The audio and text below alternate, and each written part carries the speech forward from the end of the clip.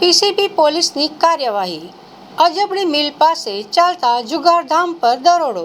Vadodara PCB પોલીસે અજબડી મિલ પાસે ચાલતા એક મોટા જુગારધામ પર દરોડો પાડીને 5 જુગારીઓને ઝડપી પાડ્યા છે.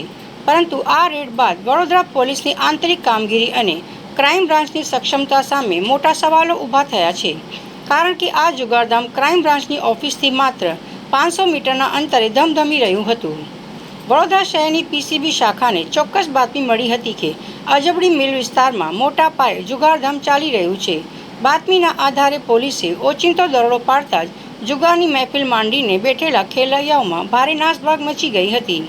પોલીસે સ્થળ પરથી કોર્ડન કરીને જુગાર રમતા 5 જેટલા ખેલૈયાઓને રંગે હાથ ઝડપી પાડ્યા છે. આ સાથે જ પોલીસે હજારો રૂપિયાની રોકડ રકમ સહિતનો મુદ્દામાલ કબજે કરી તમામ સામે કાયદેસરની કાર્યવાહી હાથ ધરી છે.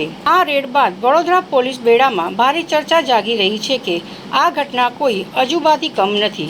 આશ્ચર્યની વાત એ છે કે જે અજબડી મિલમાં આ જુગારધામ ચાલતું હતું તે વડોદરા ક્રાઇમ બ્રાન્ચની કચેરીથી માત્ર 500 મીટરની હદમાં આવેલું છે. આખા શહેરના ગુનેગારો પર નજર રાખતી ક્રાઇમ બ્રાન્ચને પોતાના નાકની નીચે ચાલતા આ જુગારધામ વિશે કાનોકાન કેમ ખબર ન હતી? શું આ માત્ર બેદરકારી છે કે પછી આંખ આડા કાન કરવામાં આવી રહ્યા હતા?